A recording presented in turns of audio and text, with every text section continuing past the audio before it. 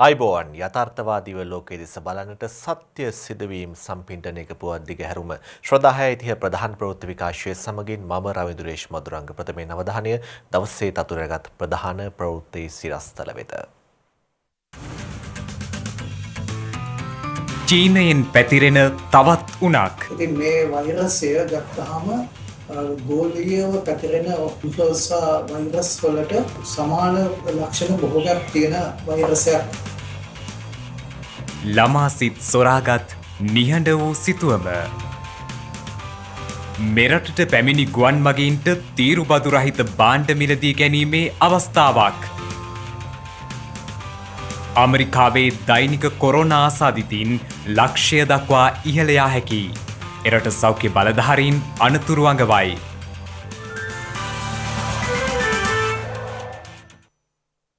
මෙවන විට මෙරටින් වාර්තා වන කොවිඩ් ආසාදිතයන් සංඛ්‍යාව 2050 දක්වා ඉහළ ගොස් තිබෙනවා. ඒ අද්දිනය හඳුනාගත් නව ආසාදිතයන් තිදෙනාත් සමගයි. එම ආසාදිතයන් අතරින් දෙදෙනෙකු බංගලාදේශයේ සිට මෙරටට පැමිණ ඇති අතර අනෙක් ආසාදිතයා බ්‍රිතාන්‍යයේ සිට මෙරටට පැමිණි පුද්ගලෙක්. මේ අතර ඊයේ දිනේදී නව ආසාදිතයන් 5 දෙනෙකු හඳුනාගෙන තිබුණා.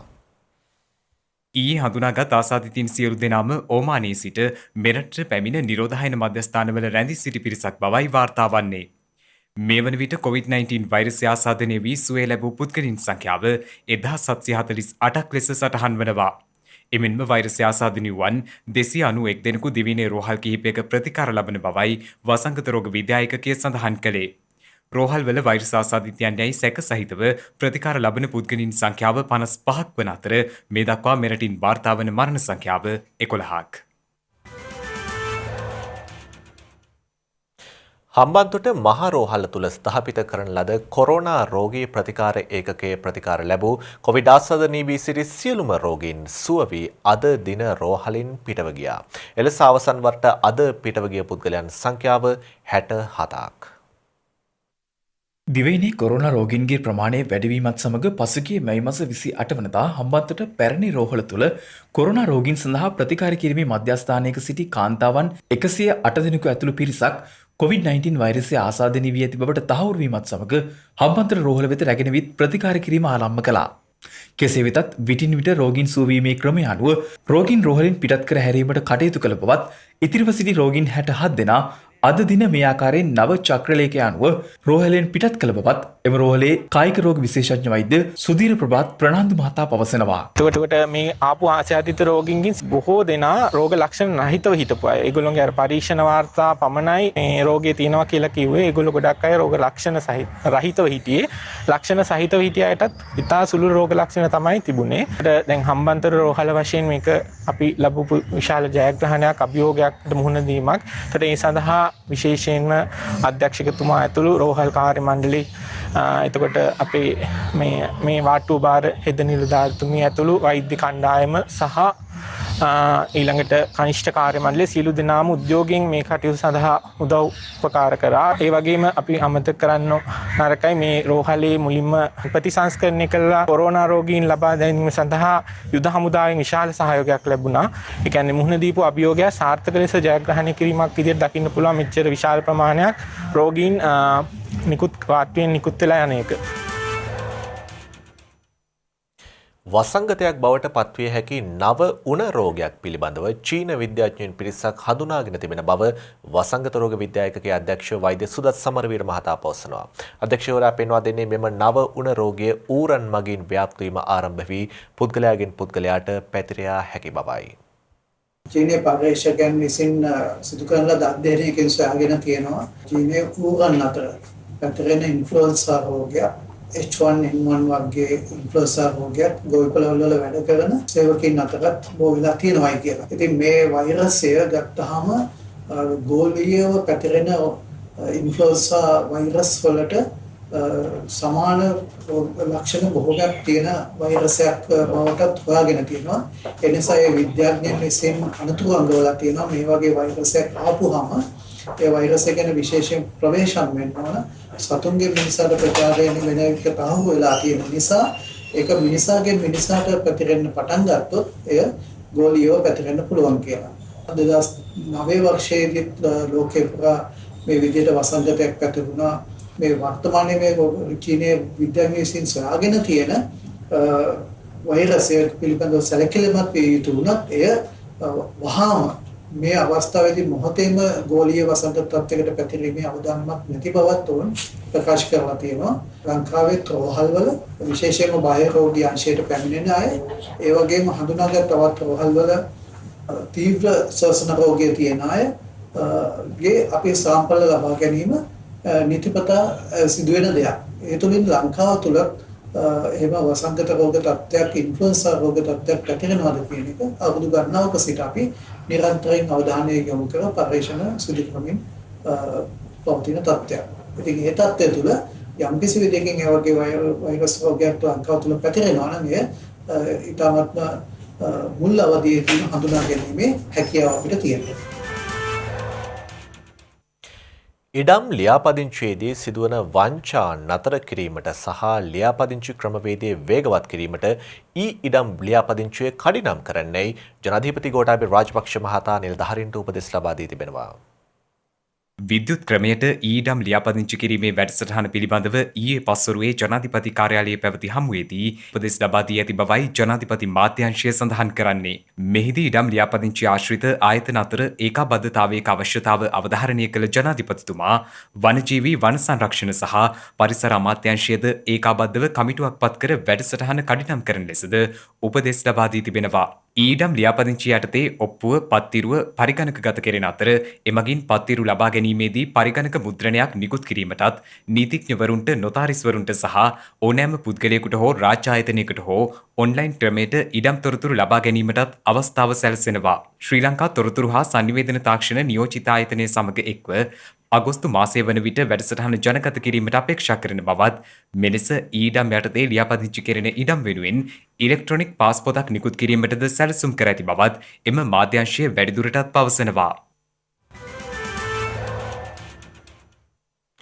තම බල ප්‍රදේශවල නීති විරෝධී ක්‍රියා සිදුවන්නේ නම් ඉහළ පොලිස් නිලධාරීන් වෙතද එම වගකීමෙන් කොටසක් පැවරෙන බව ආරක්ෂක ලේකම් විශ්‍රාමික මේජර් ජෙනරාල් කමල් ගුණරත්න මහතා පවසනවා. පළවෙනි දේ මතක තියාගන්න ඕනේ ඒරියා එකේ හොරකමක්, මිනිමැරුමක්, කුඩු ජාවාරමක්, කසිප්පු ජාවාරම, ගංජා ජාවාරම වෙනවා නම් ඒවට තමුන්නාන්සේලා වගකිය යුතුමයි. ඔය දේශපාලඥයෝ සමහරෙක්ගෙන් හොඳ ළමයා කියලා ඇහුවට හිතන්න එපා ඒක නම්බුවක් කියලා. මේක මිත්‍රවරුනි තවත් එක රස්සාවක් විදියට ගණන් ගන්න එපා. මේ රටේ මිනිස්සුන්ගේ ජීවිත තියෙන තමුන්නාන්සේලාගේ අතේ. මේ රටේ මිනිස්සුන්ගේ පැවැත්ම තියෙන තමුන්නාන්සේලාගේ අතේ. ඒ වගේම මම කියන්න ඕනේ තමුන්නාන්සේලා අතරින් බොහෝ දෙනෙක් ඉතාමත්ම ගෞරවාන්විත සේවයක් ඉෂ්ට කරනවා. ඒක මම හදවතින්ම අගය කරනවා. නමුත් තමුන්නාන්සේලා අතරම ඉන්නවා තවත් සමහරෙක් අපිට ඇහුවාම කනගාටු හිත විදියට රාජකාරී කරනවා. තමුන්නාන්සේගේ ඩිවිෂන් එකේ යටතේ තියෙන පොලිස් ස්ථානවලට අයිති බල ප්‍රදේශ වලින් මට ලියුම් එනවා නම් පොලිසියට කිව්වට වැඩක් නැහැ. අනේ අපි ගැන බලන්න කියලා. එහෙම නැත්නම් පොලිසියට අපි ගිහිල්ලා කුඩුකාරයෝ ගැන කුඩු විකුණනෙවුන් ගැන ඔත්තුව දුන්නාම දීලා පහවදාට එළි වෙන්න හම්බෙන්නේ කෝල් දාලා ගිහිල්ලා ඔත්තුවක් දුන්නා නේද පවුලම එක්ක ඉවර කරන්න කියලා කියනවා නම් මොකද්ද අපි ඉන්න තැන මොකද්ද අපෙන් ඇති වැඩේ? නිලධාරීන් මේ ගෞරවය තියෙන විදිහට වැඩ කරන්න කියන ඉල්ලීම කරන්න.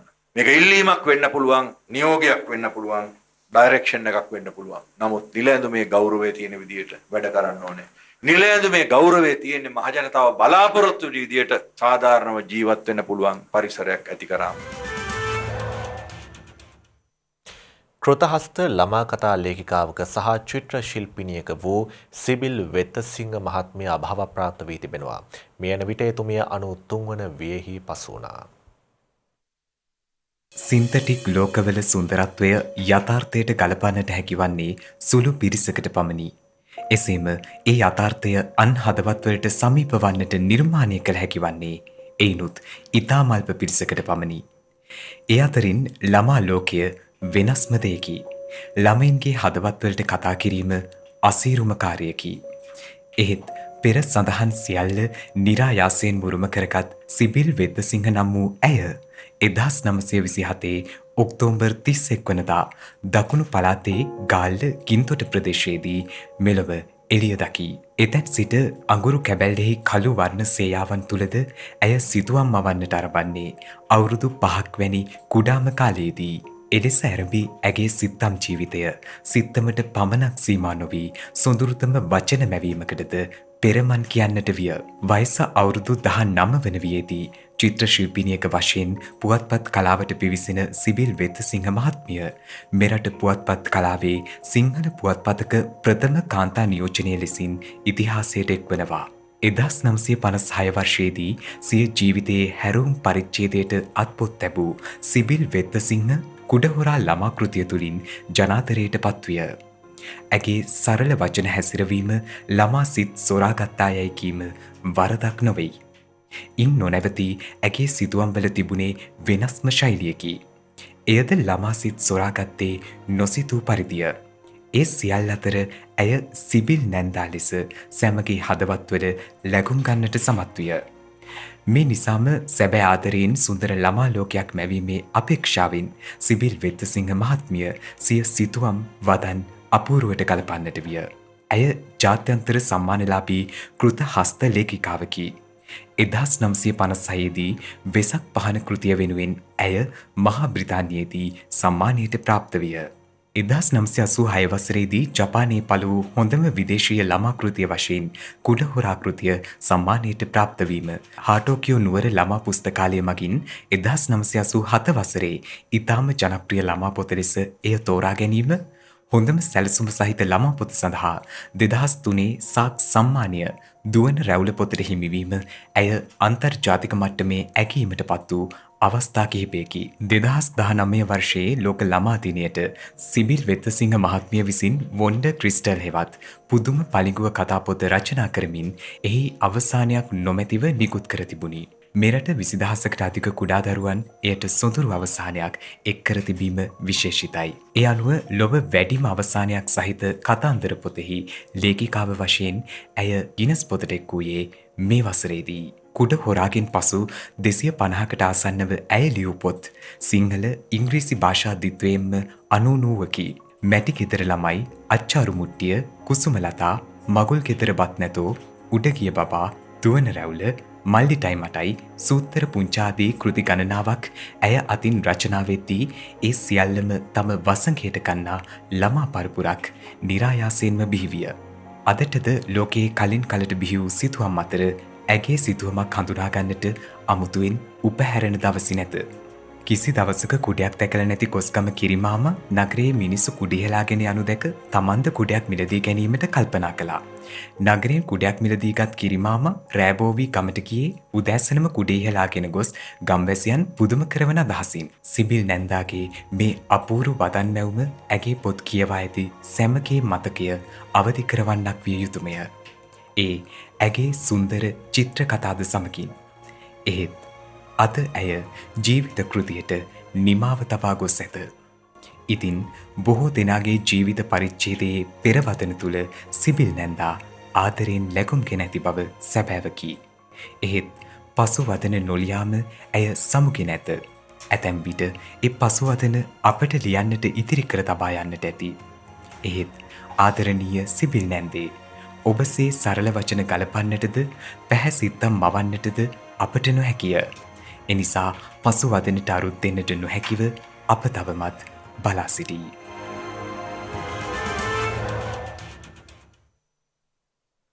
මෙරටට ගෙන්වාගත් ශ්‍රී ලාංකිකයන්ට ගුවන්තොටුපළේදී තීරුබදු රහිත භාණ්ඩ මිලදී ගැනීමේ අවස්ථාව ලබා දීමට තීරණය කර තිබෙන බව සීමා සහිත ගුවන්තොටුපළ සහ ගුවන් සේවා සමාගමේ සභාපති විශ්‍රාමික මේජර් ජෙනරාල් ජී.ඒ. චන්ද්‍රසිරි මහතා පවසනවා.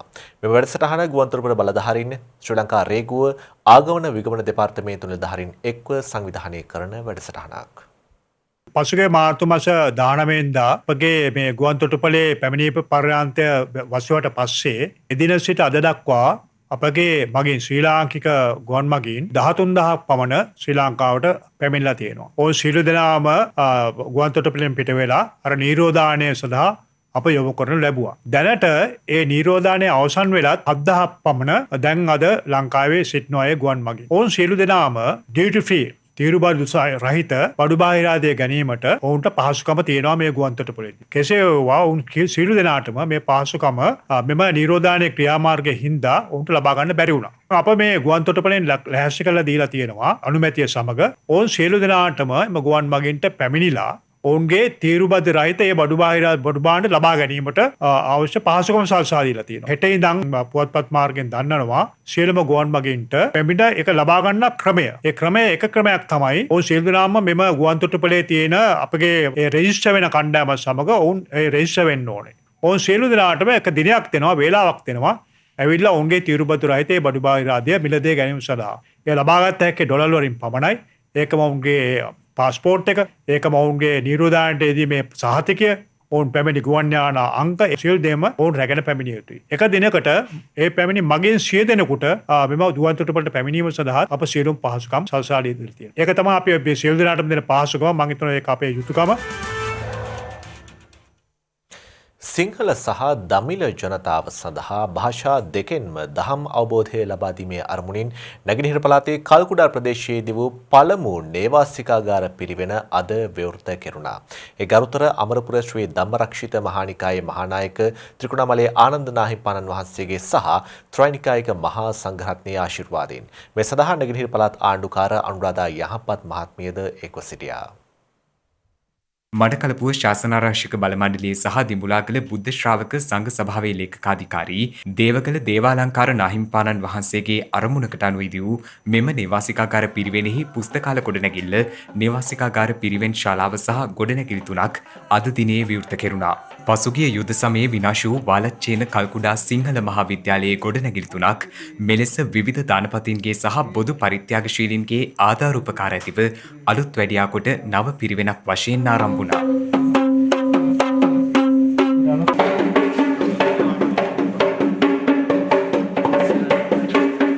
මීට වසර 25කට පෙර අපවත් වී වදාළ දිඹුලාගල නාහිමියන් වන මාතර කිතලගම සිරි සිලාලංකාර නාහිමියන්ගේ ගුණානුස්මරණය වෙනුවෙන් සිරි සිලාලංකාර මූලික පිරිවෙන ලෙස මෙම පිරිවෙන නම් කර තිබෙනවා. විවෘත වූ මෙම නේවාසික පිරිවෙන සඳහා ගිහි සහ පැවිදි සිසුන් ලියාපදිංචි කිරීමද මෙම විවෘත කිරීමට සමගාමීවයි සිදු කෙරුණේ.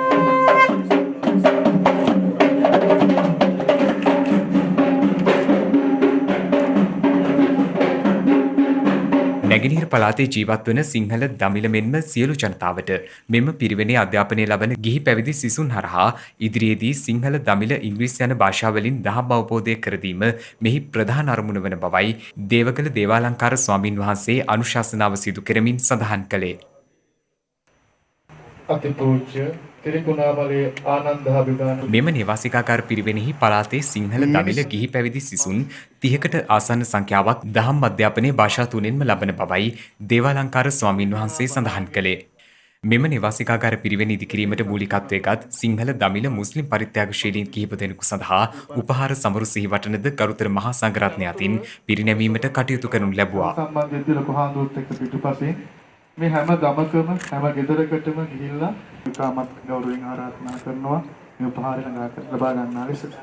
මෙම අවස්ථාවට ත්‍රිවිධ හමුදාවේ උසස් නිලධාරීන් විවිධ දානපතීන් මෙන්ම සිංහල දමිළ මුස්ලිම් ජනතාව විශාල පිරිසක් එක්ව සිටියා.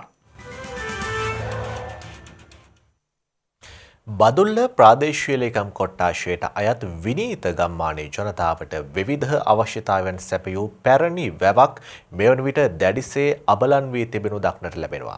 මේ හේතුවෙන් ගම්මානයේ ජනතාවගේ ජීවනෝපායන සඳහා එල්ල වී ඇති බලපෑම සුළුපටු නොවේ. මේ ස්වභාව සෞන්දර්යයෙන් අනූන බදුල්ල විනීතගම ගම්මානය. අක්කර 150ක පමණ කුඹුරු වගා කරමින් ජීවත් වන ජනතාවක් මේ ගම්මානයේ වාසය කරනවා. ඒ ගම්මානයේ සෞන්දර්යයට තවත් සුන්දරත්වයක් එක් කරන්නේ ගමෙහි ඇති පුරාණ වැවයි. සුන්දරත්වයකට පමණක් සීමා නොවී එම වැව මගින් ගමෙහි කුඹුරු ගණනාවකට ජලය ලබා දෙනවා. ඒත් මේ වන විට එම කුඹුරු පුරන් වී ඇත්තේ ගම්මානයේ ඇති වැව දැඩිසේ අබලන් වීම නිසායි.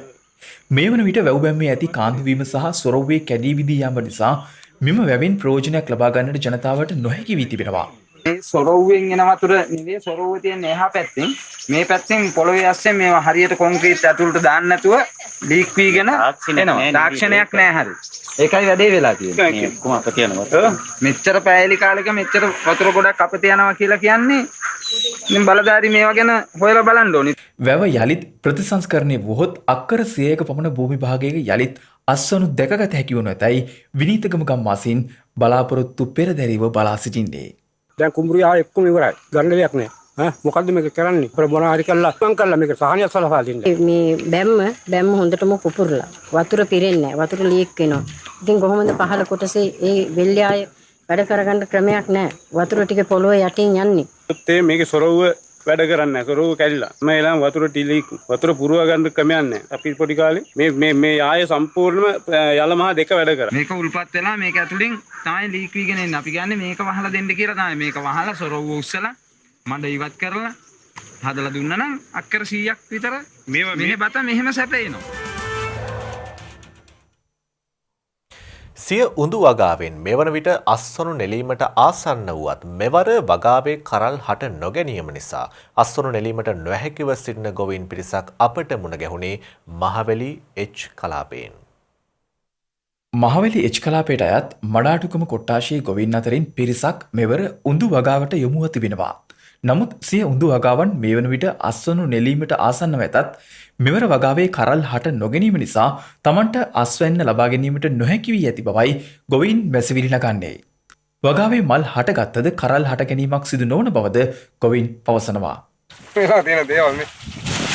බලන්න දෙයක් නැහැ. මොනවත් නැහැ. කියනවනේ මේ. ඒක ගොඩක් තොරම දීලා අපි වඩ කට්ටක් කෑවා මේ. සිය වගාවන් අලි ඇතුන් ඇතුළු වන සතුන්ගෙන් ආරක්ෂා කර ගැනීමට දිවා රාත්‍රී දෙකෙහිම මහත් වෙහෙසක් දැරීමට මෙම ගොවීන්ට සිදුව තිබෙනවා. සිය වටිනා කියන දෑ උගසට තබමින් ගොවිතැන නිරත වූ මෙම ගොවියන් කොරෝනා වසංගතය නිසා ඇති වූ ආර්ථික ගැටලු විසඳා ගැනීමට තිබූ එකම බලාපොරොත්තුව වූ මෙම උඳු වගාවට සිදු වූ දෙයින් මහත්සේ අසරණ භාවයට පත් වී තිබෙනවා. සංවිධානයෙන් දුන්න උඳු වගයක් ඒවල පළදාව නැහැ. උඳු දුන්නට මේ උඳු ගැහුවා ගහ පිණිසුන් ඔක්කොම මේ කරල් නැහැ මේ ගස්වල නිකම්ම තමයි තියෙන්නේ මේ. අපි මුල ගහපු දවසේ තමයි පැල් තමයි රකින්න අලින් ගෙන ඔච්චර කල් මාස දෙකක් තුනක් රකලා ඉතින් මෙවුවා ඉතින් කිසිම මේවක් නැහැ නේ. මාතෘ කිසි කෙනෙක් බලන්න එන්නේ නැහැ මාත්‍යා මේ වගන බලන්න දෙන්නෙත් නැහැ මොකුත් නැහැ. ආදායම් මාර්ගයක් ඉතින් කිසිම දෙයක් නැහැ. ඉතින් මේ බලාගෙන ඉන්නවා තවත් හැදෙයිද කියලා නෑ තාම හැදෙන්නේ නැහැ. වෙනද නම් මේ ගහක කරල් 100කට වැඩි අල්ලනවා. දැන් එක කරලක්වත් නැහැ. මාස එකමාරෙන් දෙකකින් කරල් අල්ලලා දැන් පැහෙන්නත් ළඟ. මාස දෙකමාර වෙනකොට කපනවා.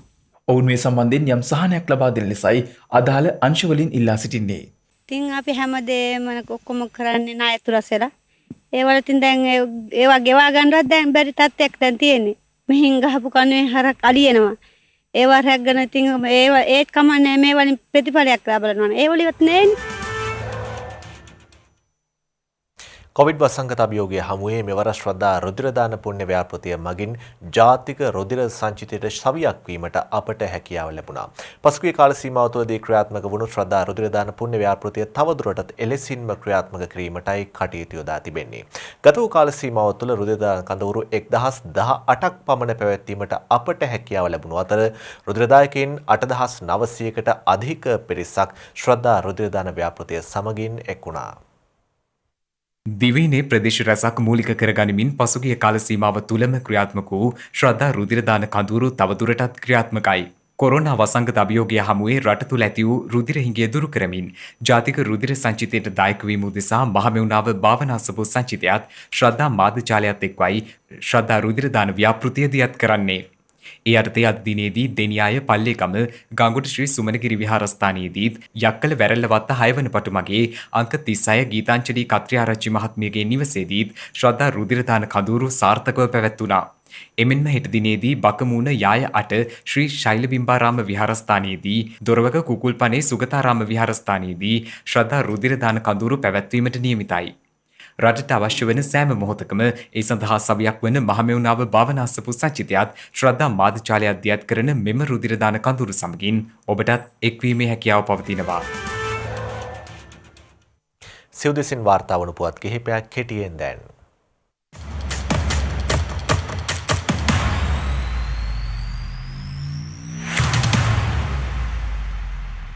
මහමැතිවරණයට අදාළව මුද්‍රණය කළ ඡන්ද පත්‍රිකා සියල්ල අනිද්දා දිනේදී මැතිවරණ කොමිසම වෙත බාර දී අවසන් කරන බව රජයේ මුද්‍රණාලයාධිපතිනි ගංගාලියනගේ මහත්මිය ප්‍රකාශ කරනවා. ඇය සඳහන් කරන්නේ මේ වන විට දිස්ත්‍රික්ක 18ක ඡන්ද පත්‍රිකා මැතිවරණ කොමිසම වෙත බාර දී ඇති බවත් කොළඹ, කළුතර, ගම්පහ සහ කුරුණෑකල දිස්ත්‍රික්කවල ඡන්ද පත්‍රිකා මුද්‍රණ කටයුතු තවදුරටත් සිදු කෙරෙන බවයි.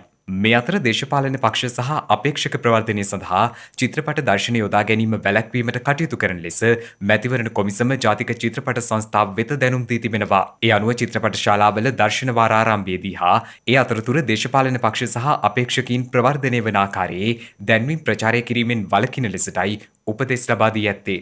එමෙන්ම චිත්‍රපට ශාලාවල මෙවැනි කටයුතු සිදුවේ දැයි විමර්ශන කරන ලෙස වැඩබලන පොලිස්පතිවරයා විසින් සියලුම පොලිස් ස්ථාන වෙත දැනුම් දී තිබෙනවා. දිවයිනේ සියලු දිවාසුරකුම් මධ්‍යස්ථාන හෙට සිට විවෘත කිරීමට අවසර ලබා දෙන බව සෞඛ්‍ය අමාත්‍ය පවිත්‍රා දේවී වන්‍යාරච්චි මහත්මිය ප්‍රකාශ කරනවා. පෞද්ගලික හා රාජ්‍ය සේවා ස්ථානවල සේවයට යන දෙමාපියන් තම දරුවන් දිවාසුරකුම් මධ්‍යස්ථානවල රඳවා තැබීම ප්‍රධාන අවශ්‍යතාවයක් වී ඇති බැවින් මෙම තීරණය ගත් බවයි අමාත්‍යවරිය වැඩිදුරටත් ප්‍රකාශ කළේ. කොරෝනා වසංගත තත්ත්වයේ හේතුවෙන් පසුගිය කාල සීමාවේ දිවාසුරකුම් මධ්‍යස්ථාන විවෘත කිරීමට අවසර හිමිව තිබුණේ නැහැ. කෙසේ වෙතත් දෙමාපියන්ගේ ඉල්ලීම් සහ අවශ්‍යතාවය සලකා බලමින් මාස 2ක් වැනි කාලයක් තුල සමාජය තුලින් කොවිඩ් වෛරස ආසාදිත රෝගීන් වාර්තා වී නොමැති බැවින් හෙට සිට දිවාසුරකුම් මධ්‍යස්ථාන විවෘත කිරීමට සෞඛ්‍ය අමාත්‍යාංශය විසින් තීරණය කර ඇති බවයි අමාත්‍යවරිය වැඩිදුරටත් සඳහන් කර ඇත්තේ. වැල්ලවාය ප්‍රාදේශීය ලේකම් කොට්ටාශයේ ඓතිහාසික කොටවෙහෙරගල රජමහා විහාරස්ථානයේ ඓතිහාසික වටිනාකමකින් යුත් චෛත්‍ය කිසියම් පිරිසක් විසින් කඩා විනාශ කර තිබෙනවා. දුටුගැමුණු රජදවස සහ සද්ධාතිස්ස රජදවස දක්වා මෙම විහාරස්ථානයේ අතීතය දිව යන අතර මෙය වෙල්ලස්ස දනව්වී ඇති ඓතිහාසිකම පුරාණ රජමහා විහාරස්ථානයක් බවයි විහාරාධිපති පූජ්‍ය කලගහතැන්නේ විමල වංශ නායක ස්වාමීන් වහන්සේ සඳහන් කළේ. විහාරස්ථානය වන්දනා කිරීම සඳහා පැමිණි පිරිසක් මෙම සිදුවීම සම්බන්ධයෙන් ස්වාමීන් වහන්සේ දැනුවත් කිරීමෙන් අනතුරුවයි ස්වාමීන් වහන්සේ විසින් මේ සම්බන්ධයෙන් වැල්ලවාය පොලිසියට පැමිණිල්ලක් සිදු කර ඇත්තේ. මේ සම්බන්ධයෙන් වැල්ලවාය පොලිසිය මගින් මේ වන විට විශේෂ විමර්ශනයක් ක්‍රියාත්මකයි.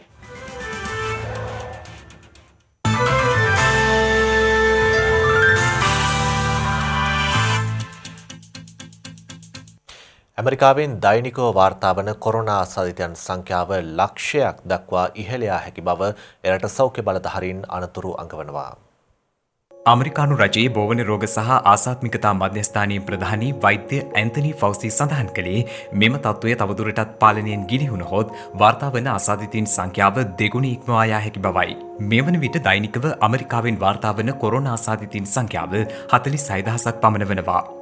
අමරිකාවේ කොරෝනා ව්‍යාප්තියේ නව කේන්ද්‍රස්ථානය ලෙස සටහන් වන්නේ කැලිෆෝනියා, ටෙක්සාස් සහ ඇරිසෝනා ප්‍රාන්තයි. කෙසේ වෙතත් මෙම අවදානම් ප්‍රදේශ වෙත පමණක් අවධානය යොමු කිරීම ප්‍රමාණවත් නොවන බවද වෛද්‍ය ඇන්තනි අවධාරණය කර තිබෙනවා.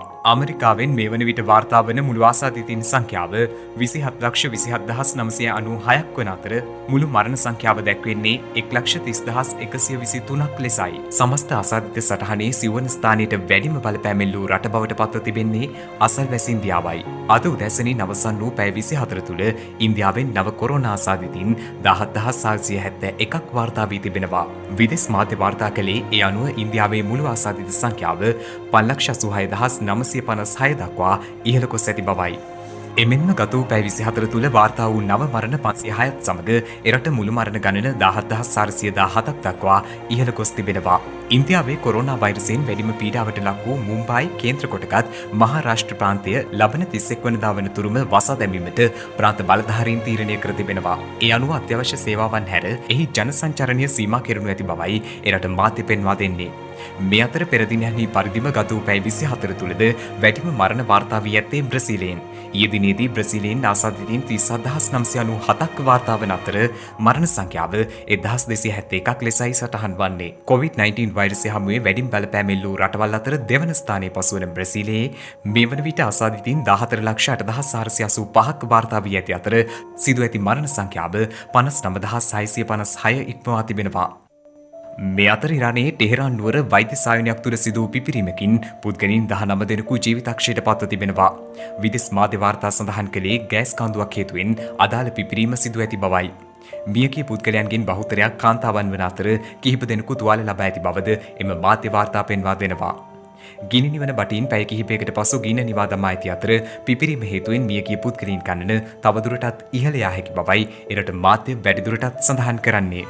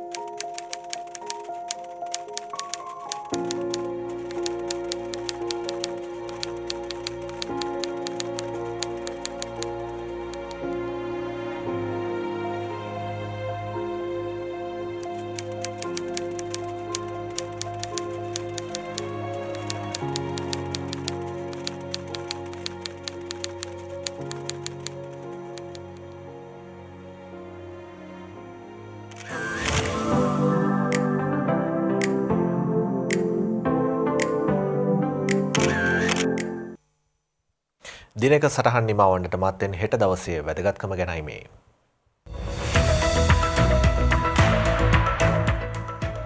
හෙට ජූලි මස 2 වෙනිදා බ්‍රිතාන්‍ය වැවිලිකරුවන්ගේ නිෂ්පාදනය කොළඹට ප්‍රවාහනය කිරීමේ ප්‍රධාන පරමාර්ථයෙන් මීගමුව දුම්රිය මාර්ගයේ වැඩ කටයුතු ආරම්භ කර ඇත්තේ 1907 හෙට වැනි දිනකයි. 58 හැවිරිදි කෝටිපතියෙකු ස්ටීව් ෆොසෙට් ලොව ප්‍රථම වරට පෘථිවිය වටා උණුසුම් වායු බැලුමයකින් ගමන් කර ඇත්තේ 2002 වර්ෂයේ හෙට වැනි දිනකයි. ඒ අනුව ඔහු සති දෙකක කාලයක් පුරා සැතපුම් 19263කට වඩා වැඩි දුරක් ගමන් කර තිබෙනවා.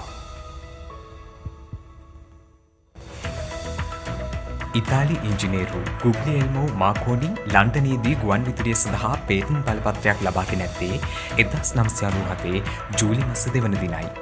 මෙම පේටන්ට් බලපත්‍රය ගුවන් විදුලි සංනිවේදනය සඳහා නිකුත් කරන ලද පළමු අවස්ථාව ලෙසයි සැලකෙන්නේ.